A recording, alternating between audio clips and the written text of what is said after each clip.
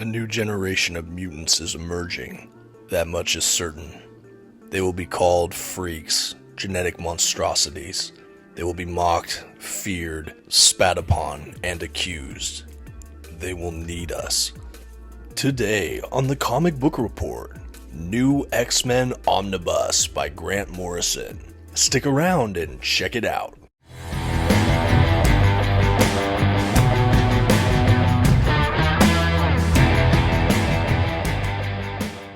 Hey, how's it going, folks? This is Dominic, and today you're tuning in to the Comic Book Report, where we review comic books and graphic novels so you can get an idea of what to read. And I finally finished up a comic book run I've always wanted to read start to finish. Of course, I'm talking about the new X-Men by Grant Morrison. So to that end, we're going to be reviewing the omnibus that collects that entire run, and before we do, I just want to shout out our channel sponsor, OrganicPriceBooks.com. If you're looking to pick up your own comic book collected editions, definitely check them out. You can find the link in this video description. And if you find something you like, you can even use my discount code at checkout, The Comic Book Report, to save $2 off of your order. Please note if you use my affiliate code or link to make a purchase, I will earn a small commission, but it's a fantastic way to support this channel. Thank you for considering. Now let's start today's X-Men review. First, some quick facts about today's collection. The issues in this volume were written by Grant Morrison and illustrated primarily by Frank Quitely, Lanil Francis Yu, Ethan Van Sciver, and more. The comics in this volume were published by Marvel Comics beginning in 2001.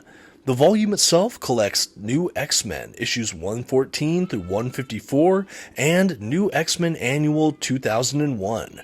This is an oversized hardcover with glossy print paper stock, a sewn binding, and 1,120 pages. At this time, I'd like to issue a general spoiler warning. I will be flipping through the contents of today's collection and commenting on plot points throughout. You've been advised. Okay, here's our first look at that new X-Men Omnibus. This is the 2023 reprint, so this is the standard edition cover. I'll go ahead and throw up a picture of the direct market cover for this reprint so you can get an idea of what you can find in this edition. As far as I know, the only things that have changed are your possible covers. I think everything else is kind of just a straightforward reprint as far as the contents of the book. Love the new X-Men logo on the side here. Fun enough, it is kind of an ambigram where you can flip it upside down and read it exactly the same. Very, very cool touch, Marvel. Really dig it, and it looks great on the bookcase. Overall, I'm so happy with this omnibus. This is one I missed out on years and years ago, and when I heard the reprint was coming this year, I knew I had to pre-order it, which I did. Really like how it turned out, and it was a really fun read. The back cover also has thumbnails of all of the issue covers included in this omnibus, which is another fun feature. For those that don't know, this is a more modern X-Men run coming in 2001, and it immediately precedes the Astonishing X-Men, which I also reviewed on the channel. And now I'm going to go ahead and examine that dust jacket a little closer one more time. This time I'm also going to show you those interior flaps and just spread it all out so you can get a look at it.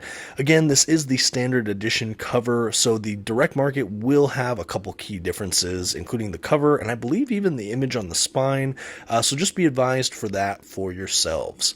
Really like this. Again, I think it's a really nicely made omnibus. I loved making my way through it. It also has some really fun and striking under the dust jacket artwork. I'm happy to say it's one of those omnibuses that has a nice wraparound cover printed on the hardback book itself.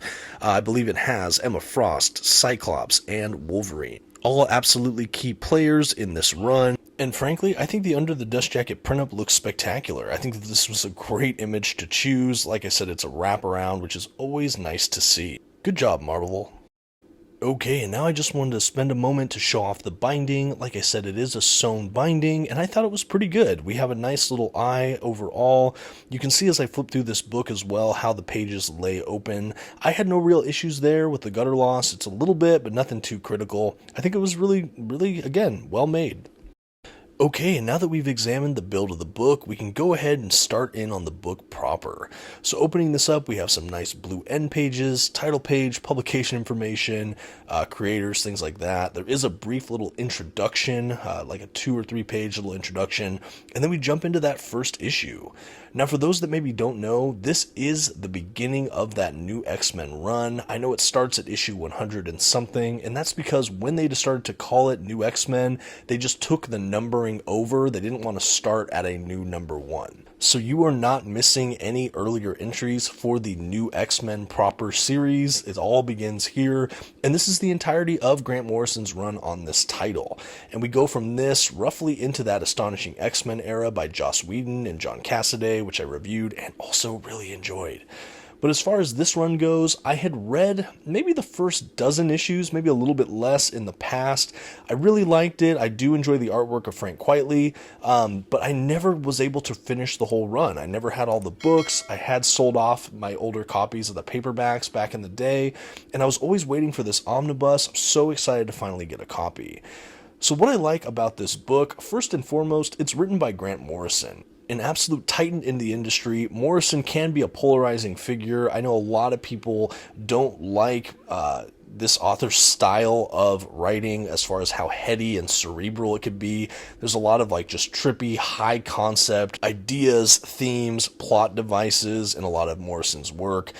I personally really enjoy it. I always find this author captivating for the most part, and this is no exception. This is a spectacular run that I thoroughly enjoyed. I think X-Men was such a great property to bring a lot of those high concept, new kind of progressive ideas as far as what Morrison did with this X-Men team and just all the characters in general. Morrison really took a lot of chances, and I definitely respect that reading the book. I know Quitely's artwork can also be a bit divisive. He's very, very stylized with his style, but I really love whenever I've seen Frank Quitely's stuff. I liked his kind of Batman and Robin, also with Grant Morrison. I really enjoyed his work on All-Star Superman. Anyway, this was a powerhouse team, and we do have a handful of artists throughout this book, but Frank Quitely was definitely one of the notable additions in the beginning and at midpoints and toward the end of the book. Anyway, really a powerhouse duo, and all the other artists really just well done throughout the book. So plot-wise, I'm going to jump around a little bit throughout this omnibus, but some of the major plot points or stories that stood out to me, for sure the beginning storyline, E is for Extinction. It really has to do with this event that occurs in Genosha, where basically a bomb kind of goes off and decimates most of the world's mutant population. It really culls the numbers overall. It's a really horrific event, and the X-Men have to kind of pick up the pieces. Early on in this series, we have them going to Genosha, which is like an open grave and just bomb site, and they're going through skeletons trying to figure out if anyone's left, and we find Emma Frost, who is completely coated in diamonds. Emma Frost, for those that maybe don't know, was once part of the Hellfire Club. She was known as the White Queen, and she had kind of telepathic powers, not too dissimilar from someone like Jean Grey. She's been a notable X-Men villain for some time, but in this arc, we have her starting to become more of an ally, or basically one of the X-Men.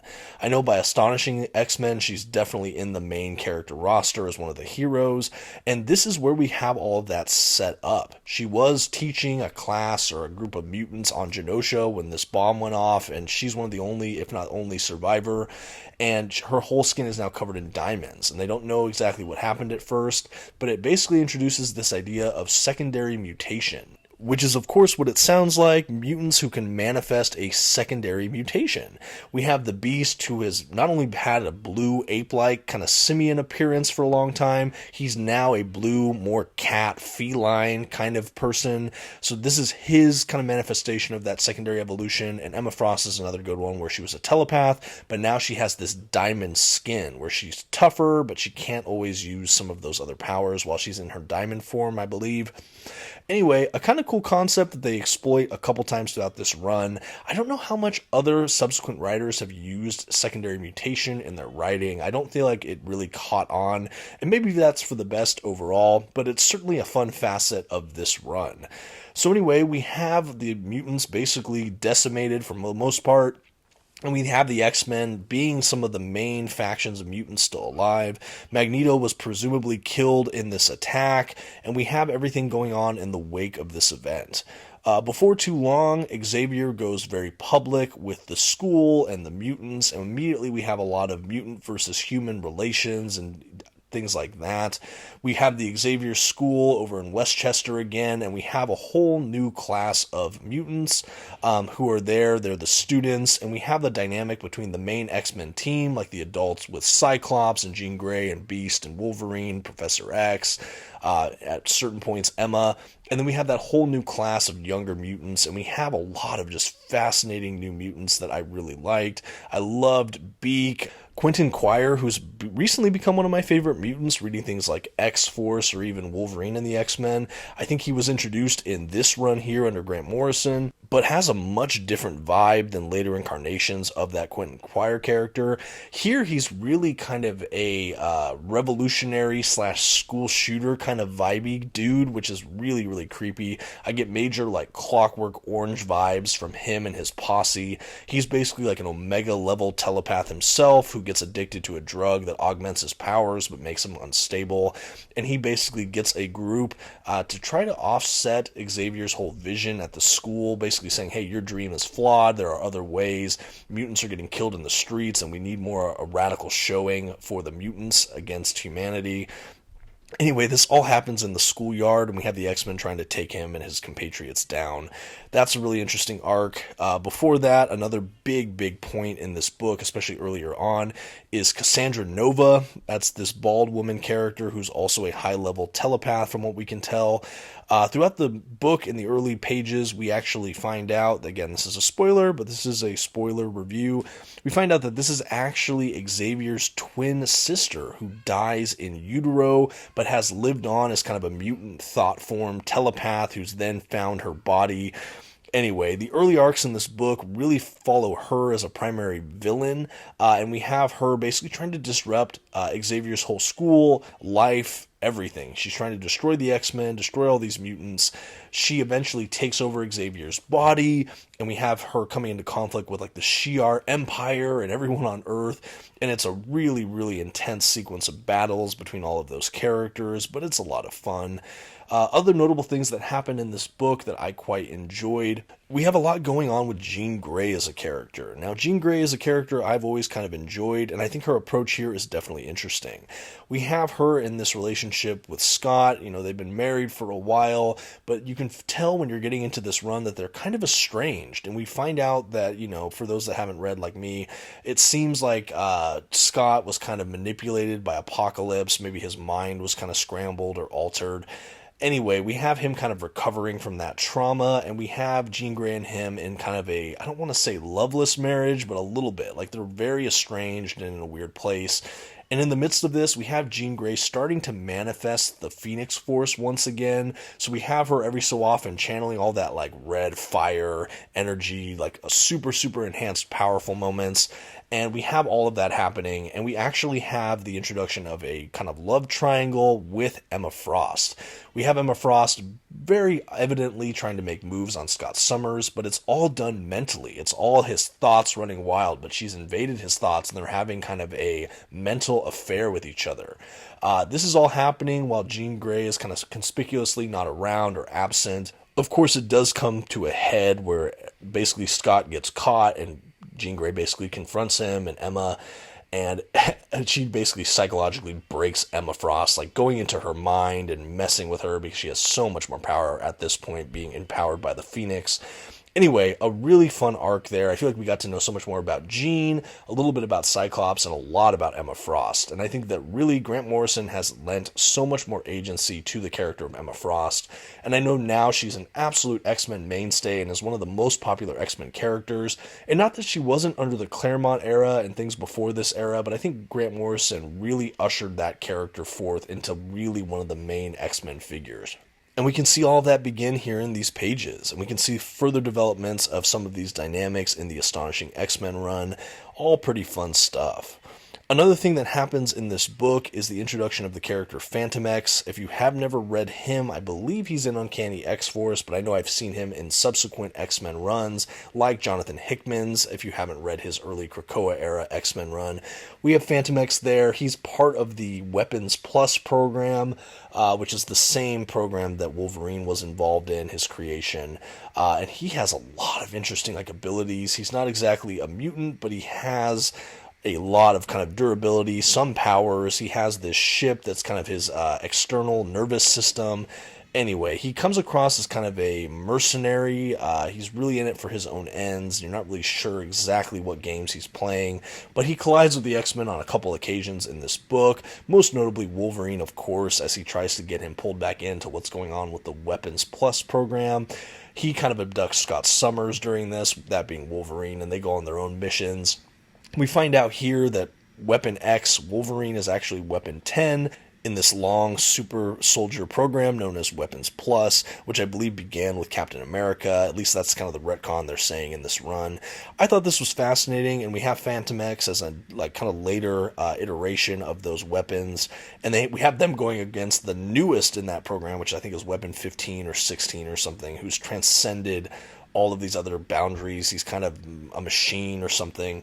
Anyway, it's a really fun run. There's a couple other plots I'm probably going to mention soon, but I really liked it. Another new key character is the character of Zorn, Xorn, who has a small star located in his head. He has a lot of interesting abilities, and you have this backstory that he's just been tormented and tortured, and he ends up being one of the faculty at the Xavier School throughout this run. Really cool look to that character. They further develop him. He really gets his own class and tries to nurture these kids and tries to bring them up. Another notable sequence of characters, the Stepford Cuckoos. These are the group of initially 5 blonde girls that kind of all share one sort of telepathic hive mind, and they're really the direct kind of mentees of Emma Frost and her whole class. But we have one of them pass away, another one's assumed dead, and then defects to the villains by the end of this. Anyway, fascinating stuff here. Yeah, like you can see Zorn here with that cool helmet at the fireside with his students. Anyway, this is a really great run. I love the art throughout, not just Frank Quitely, but some of these other artists. I think that they really help realize this whole world of the X-Men. I think Quitely definitely has the most recognizable, stylized art in this, but there are a lot of different styles. You do have a bit of a loss of cohesion as you change artists because the styles can be so different, but I think all of them were really, really beautifully done, and it's not so jarring. Like, it doesn't happen so often that I'm constantly thrown out of the art. I think it was just really, really good. There are latter plot lines as well. One of the bigger spoilers we have toward the end here is that Zorn is actually and has always been Magneto, who has survived the blast at Genosha, and he has this whole uprising where he waits till the X-Men are otherwise engaged, indisposed, or in the case of Wolverine and Jean Grey, kind of like thrown onto Asteroid M and then kind of approaching the sun or what have you. Anyway, he makes his play to kind of take over the world again. He's going to mess with Earth's magnetic poles. We find out that he's been assisted by one of those Stepford Cuckoos, and he kind of tries to draft his whole class of misfit mutants that he kind of tutored as Zorn. He's trying to basically draft them into his new kind of Brotherhood of Evil Mutants. And he has this whole thing for kind of trying to destroy the world, but we find out that he's also on the drug that Quentin Quire was that augments his powers, but makes him a little unstable. And one of the last arcs in this book, though not the last, is kind of the Magneto versus the X-Men. And I'll say right from the jump, I was waiting for this. I knew that Zorn was Magneto at a certain point. I did have that spoiled for me. But I was still waiting for the turn, and I couldn't wait for this final epic showdown between Magneto and the X-Men. And the art in that section is absolutely jaw-dropping. You'll see it. But I will say that the storyline wasn't quite 100% for me. I think that there were actually stronger story arcs throughout this volume than that final confrontation with Magneto. But that being said, it was still a ton of fun. In that final battle, we actually have Magneto cause a kind of stroke in Jean Grey that actually kills her, unfortunately. So Jean Grey ends up dying at the end of this omnibus, which paves the way for everything in Astonishing X-Men. We actually have her kind of psychically telling Scott to kind of move on in not so many words in the final story arc, which has this kind of time-jumping idea where we have kind of the Phoenix through the ages, and we're in this dystopian future where Beast has become kind of the ultimate eugenics-wielding, like, evil in the world. And we have the Phoenix Force returning, we have Jean Grey coming back, and, she confronts Wolverine, and she tries to... Anyway, it's just a really, really interesting final arc. It feels kind of like a alternative future arc, but ultimately we have it pay off where we have Jean Grey influence the present events, where she basically... It feels like she gives her blessing over Scott and Emma, who have flirted throughout a lot of this, and the idea is that they're going to open the school and begin a relationship. And again, you can see that kind of come to fruition in the Astonishing X-Men run itself, but that really sets up the status quo toward the end of this book. But all really good stuff. Before Jean Grey passes away, there's this moment that I hinted at earlier where Wolverine and Jean Grey are at this asteroid M. They're kind of out in space, and they start to run out of oxygen. They don't really know how they're going to get back to Earth or survive it. Wolverine says, hey, can the Phoenix survive in space? Can you trigger that? And she's kind of like, not really. And there's this moment where they're starting to run out of air, and Jean Grey's kind of panicking, and Wolverine, in an act of mercy, basically puts his claws through her to kind of end her as they're going to go into the sun. And it's like the end of an issue. And we find out that activates kind of the Phoenix Force. She's reborn. She's able to get them back to Earth. And anyway, that's when kind of the final confrontation with Magneto happens, I alluded to earlier. But anyway, there are more plot lines than this. Sorry it's a bit out of order. I'm just really, as I'm flipping through, just thinking about some of my highlight reel as I read this omnibus. And I actually don't even think I'm doing it justice with the descriptions of the plot. I mean, there are definitely great plot lines, even bare bones from my general descriptions here. But when you read it, it's even more grand. There's a definite scale to this that I'm not even conveying adequately. You have to read the prose from Morrison to really grasp just the grandeur of the storytelling we have here. I think I really like some of the ways Morrison shook up the status quo for X-Men. I really do believe that this ushered in kind of a more modern sensibility with the X-Men titles, and I think that Morrison left an indelible mark on this series. I know that this is considered one of the best X-Men runs of all time, and after reading it, I can certainly see why. I think that for me, some of the modern X-Men runs from the 2000s, this and Astonishing, really stand out as some of my favorites. I also really enjoy Hickman's run. I know it didn't feel like it really went anywhere conclusively, but I still thought the journey was certainly extraordinary and fun. But anyway, this is definitely up there. I really understand why people really loved the Morrison New X-Men run. Something else I like about New X-Men that I really want to point out whenever I do an X-Men video where this comment is appropriate, I do think that this is a good entry point for new readers. I think for me, X-Men is one of my favorite comic book franchises, one of my favorite comic titles, including some of my favorite comic book characters. And yet, I feel like it can be so hard to break into the world of X-Men with all of its dense storytelling, all of the different subplots, all of the myriad of different X-Men runs and X-books, all the spin-offs like X-Factor, X-Force, we have Excalibur, we have New Mutants, there's so, the list goes on and on of all of the X-Men kind of spin-off books, all of the different generations of mutants, all of the different titles, all of the different characters. I feel like the X-Men universe in itself is almost as big character-wise as the rest of the Marvel universe put together. There's just so many just supporting characters, mutants, villains, all these things happening. And with so many decades of continuity, it's so hard to figure out where to start. And I think that there's a shorthand for where you can jump in. I know many people feel like, hey, at the beginning of a creator's run, you should always be able to kind of jump in. But that's not even always true, especially with X-Men. And I think for those that want to check out X-Men, maybe want to start with a more contemporary run. I know this run is already over 20 years old, which is wild, but I think that this is certainly a pretty good place to start. I think if you're even culturally aware of the X-Men, some of the main players from even the movies or animated shows, you wouldn't really be too alienated. And I feel like Morrison helps fill in the gaps that you need to help digest this run. And overall, I think that that's really a success story. I think that this is a good gateway X-Men book too for people that want to get a foothold into this universe. I think that you could very logically go from here into Astonishing, which itself is actually a great starting point, I would say, for a lot of new X-Men readers. And these would give you a really good sampling of what modern X-Men has to offer. I also think that House of X Powers of 10 is a fairly good starting point as well. And then of course I have to recommend Claremont, late 70s all through the 80s and 90s, just iconic X-Men work there. Anyway, I do think that this can be a good on-ramp for people wanting to check out X-Men. I think you can enjoy it without being too bogged down or feeling like you missed too much or had to do any real prerequisite reading before just really enjoying it. At the back of the omnibus, as you've seen, we have a good handful of extras, including the entire little manifesto here that has kind of the pitch for this series and some full outlines and kind of background into some of the issues. Of course, we have different art, cover art, things like that. There's actually a pretty healthy amount of extras at the back of this book, which I love seeing in an omnibus, and I think especially in an X-Men book, when I'm such a big fan of the X-Men, love having all these extras. It's also cool just to get into Grant Morrison's head a bit, seeing how this author plots and just lays out the books. Just fascinating stuff. Really enjoyed it. And that is really this omnibus. Of course, there are more plot lines, more characters, more themes that I just barely scratched the surface of in this review, but I'll leave some to the imagination and some to those that want to read this for themselves. I think that this is a great book. You've had a sampling of this edition, the art throughout, and a little bit of some of the plot line here. Absolutely an X-Men book to remember. And that's going to do it for the new X-Men. All that's left to do now is to give this omnibus a grade.